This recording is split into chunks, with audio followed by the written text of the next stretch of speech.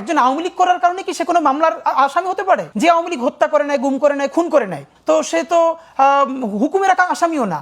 Philosophically Awami League করলে তো একজন হত্যা করতে পারে না। শত শত মামলা আছে, যেই মামলার মধ্যে এমন অনেক লোককে হত্যার আসামি দেখানো হয়েছে যে কোনোভাবে এই হত্যার সাথে সংযুক্ত না। বাড়ি ধরেন ঝালকাঠি, তাকে যাত্রাবাড়ি পুরানোর মামলায় দেওয়া হয়েছে এবং সে গত 10 বছরেও যাত্রাবাড়িতে, ভালো কথা, ঢাকাতেও আসে না। এখন আপনি কি মনে করেন এটা এমনিতে দেওয়া হয়েছে? না। হবে কি এইসব নিরীহ, অথবা একজন আওয়ামী লীগ করার কারণে কি সে কোনো মামলার আসামি হতে পারে? যে আওয়ামী লীগ হত্যা করে নাই, গুম করে নাই, খুন করে নাই, তো সে তো হুকুমের আসামিও না। ফিলোসফিক্যালি আওয়ামী লীগ করলে তো একজন হত্যা করতে পারে না।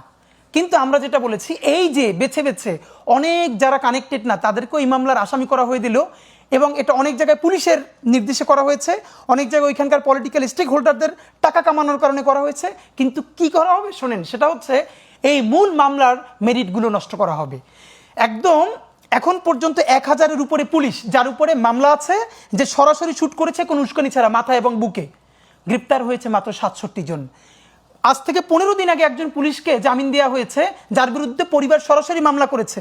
জামিন দেওয়ার পরের দিন সে ভারতে পালাই গেছে। আপনি তাদেরকে জামিন দিতেছেন।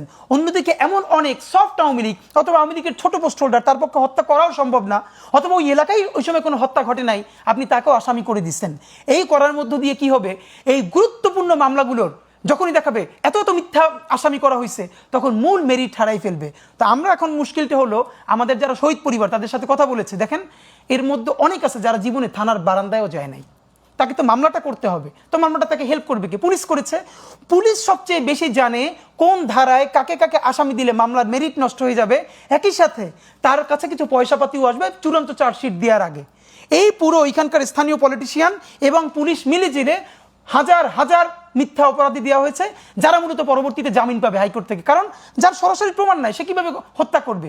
সে যখন জামিন পাবে তখন কি হবে, মামলাগুলোর মেরিট নষ্ট হবে। এখন সরকার কিভাবে ইনভলভ হবে? এই যে সরকার এইভাবে ইনভলভ হবে, পরবর্তী যে কোনো সরকার যদি চায়, আমি কি আসবে জানি না, যদি চায় তাহলে ওই অ্যাটর্নি জেনারেলকে এমনভাবে করবে যে এই মামলার ব্যাপারে সে অত স্পিরিট ধারণ করবে না। সুতরাং এরকম মিথ্যা মামলা ঢুকবে, মিথ্যা একটা ভুল একটা রায় হবে। জানেন যা করবে, এই কারণেই কি আসলে নির্বাচনের আগে আপনারা এটা শেষ করতে চাচ্ছেন? আমরা পুরোটা শেষ করতে চাই না, আমরা বলেছি অন্তত দৃশ্যমান কিছু বিচার, আচ্ছা, প্রশ্নাতীত ভাবে করতে হবে, দৃশ্যমান কিছু বিচার চাই।